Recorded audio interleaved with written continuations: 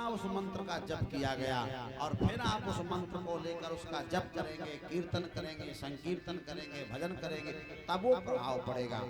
कोई साधना, कोई मंत्र, कोई क्रिया मनमाना आचरण नहीं करना चाहिए। तिलक चंदन स्वरूप अपने से धारण नहीं किया जाता, किसी परंपरा से जुड़ करके फिर उपासना की जाती है। कहीं से पढ़ करके सुन करके आप कुछ कर्म क्रिया करेंगे, उसका फल आपको जल्दी नहीं मिलेगा। माने बीज जो होता है वो चाहे उल्टा गिर जाए, टेढ़ा गिर जाए, सीधा गिर जाए, जमेगा। पर यदि यंत्र के माध्यम से सीधा बीज पड़ गया तो वो जो है तुरंत ही महाराज अंकुरित होकर के और फसल का रूप खेत में धारण कर लेगा। ऐसे परंपरा से जुड़ करके जो हम मंत्र को प्राप्त करते हैं और विधि से उसका जप करते हैं, साधना करते हैं, तो तुरंत हमारे जीवन में परिवर्तन आता है। बोलो राधे राधे। इसलिए गुरु आवश्यक है। गुरु बिन भव न तरय न कोई, जो बिरंच संकर सब होई। गुकारो ज्ञानवाच का नारद जी को प्रणाम किया और जगतः पितरौ वंदे पार्वती परमेश्वरौ, जगत मात पिता शंभु भवानी। जगत के माता पिता समझकर नारद जी ने माता पार्वती को प्रणाम किया। मैया पार्वती ने कहा कि अरे नारद जी बहुत दिनों के बाद आए हो, आजकल आप आते नहीं रहते, कहाँ हो? नारद जी ने कहा अरे मैया ये ऐसा भयंकर कलयुग चल रहा है, मैं कहीं जाता आता नहीं, मैंने आना जाना बंद कर दिया है। मैं तो आपके पास आ गया, अन्यथा मैं कहीं जाता नहीं, एक जगह रहता हूँ। क्यों? क्योंकि महाराज ये जो भयंकर युग चल रहा है इसमें किसी का कोई विशुद्ध प्रेम नहीं बचा। सब एक दूसरे से ईर्ष्या, क्रोध, जलन, मात्सर्य, इसी में सब लगे हैं। क्यों? सुर नर मुनि सब ही कर रीति, और स्वार्थ लाग करहि सब प्रीति। महाराज मनुष्यों को कहे, देवताओं की भी बात है, स्वार्थ के लिए सब एक दूसरे से प्रेम करते हैं। आज वस्तुतः वास्तविक प्रेम तो कहीं बचा ही नहीं, प्रेम दिखाने के लिए है। वर्तमान में तो केवल व्यक्तियों में महाराज स्वार्थ और वासना बची हुई है। बोलो राधे राधे। इसलिए मैं कहीं जाता नहीं। धर्म अर्थ काम और मोक्ष, हाँ संदीप शास्त्री बैठे हैं। धर्म अर्थ काम मोक्ष, चार पुरुषार्थ होते हैं संदीप जी, और पांचवा पुरुषार्थ प्रेम को कहा जाता है। पर वो प्रेम कैसा हो? वस्तुतः वास्तविक प्रेम हो,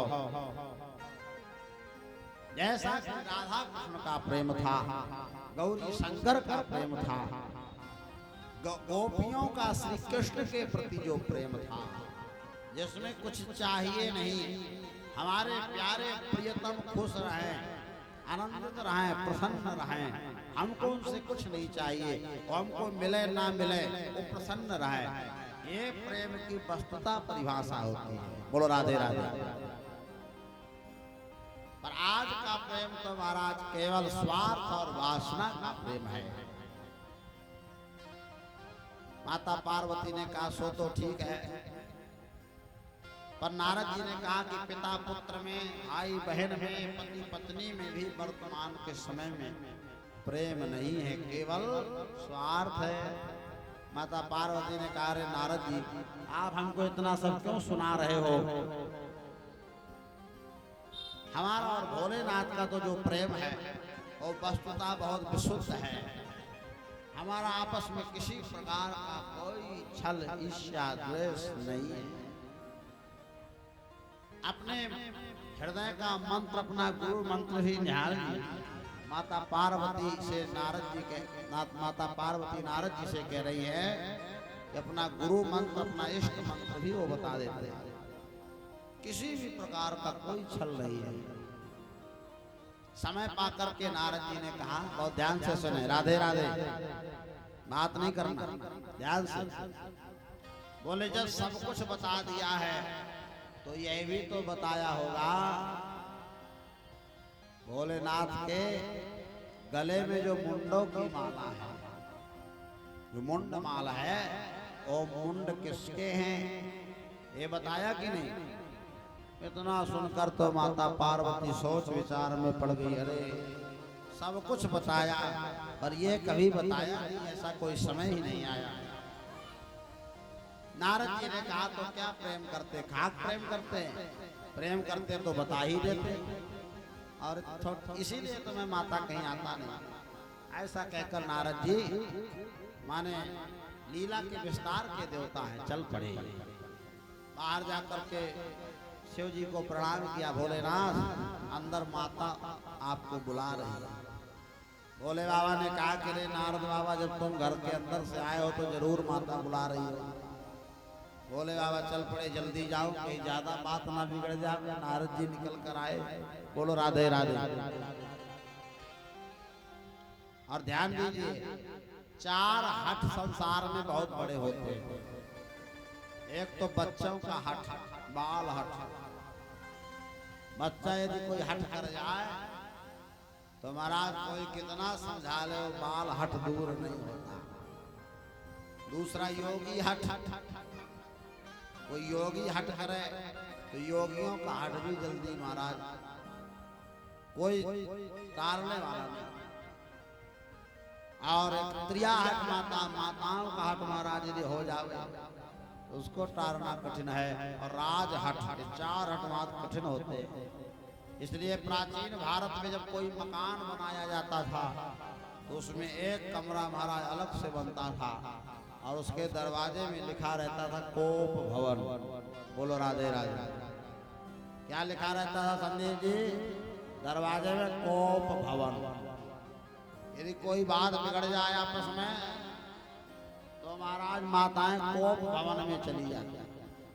और फिर पति लोग बहुत प्रयास करके अनेक प्रकार से उनको मनाते थे। जैसे आपने रामायण में देखा, कोप भवन गमनी कैकेयी। माता कैकेयी जब कोप भवन में चली गई तो दशरथ जी ने कितना प्रयास करके उनको मनाया। तो इसलिए सज्जनों, आज माता पार्वती ने अपने नूतन नवीन सुंदर सुंदर वस्त्रों को महाराज उतार कर फेंक दिया। फटे पुराने कपड़े पहन लिए, श्रृंगार उतार दिया और कोप भवन में चली गई। अब महाराज भोलेनाथ संसार के जगत पिता हैं, परब्रह्म परमेश्वर हैं, पर डर रहे हैं कि माता पार्वती इतना आज क्रोध में क्यों है। तो भोलेनाथ डरते डरते गए और कहा, प्राण प्रिया के तू ऋषानी। इन बच्चों को बाहर खेलने के लिए कहते, बाहर।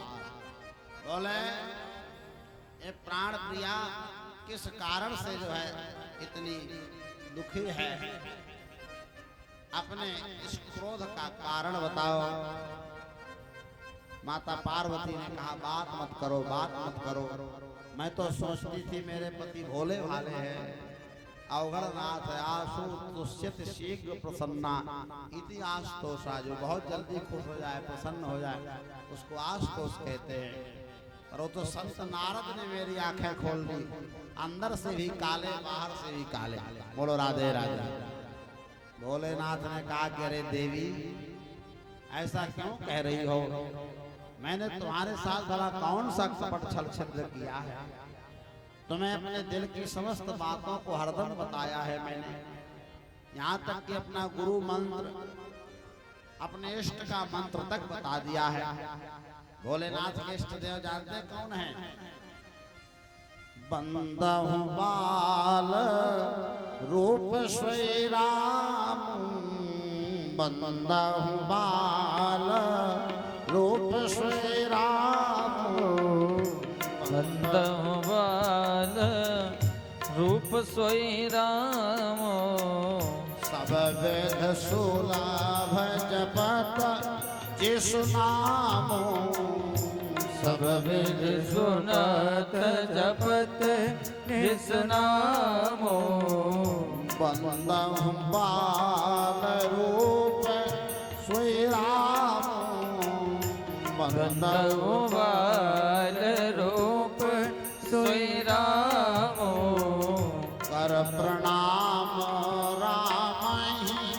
त्रिपुरारी कर प्रणाम राम ही त्रिपुरारी हरस सुधा सब गिरा उचारी हर्ष सुधा सब गिरा उचारी मंगल भवन अमंगल हारी मंगल भवन मंगल हारी द्रवहु सुदशरथ अजीर बिहारी प्रभु सुदशरथ अजीर बिहारी बंदहु बाल रूप श्री राम बंदहु बाल रूप सोई राम सब विध सुलभ जपत जिसु नामु सब विधि सुलभ जपत जिस नामो सब विध सुलभ जपत जिसु नाम बंदहु बाल रूप श्री राम सब विध सुलभ जपत जिसु नामु मैं उस बालक रूप भगवान राम को प्रणाम करता हूँ ध्यान करता हूँ ये भगवान शिव का मंगलाचरण है ध्यान है क्योंकि भोलेनाथ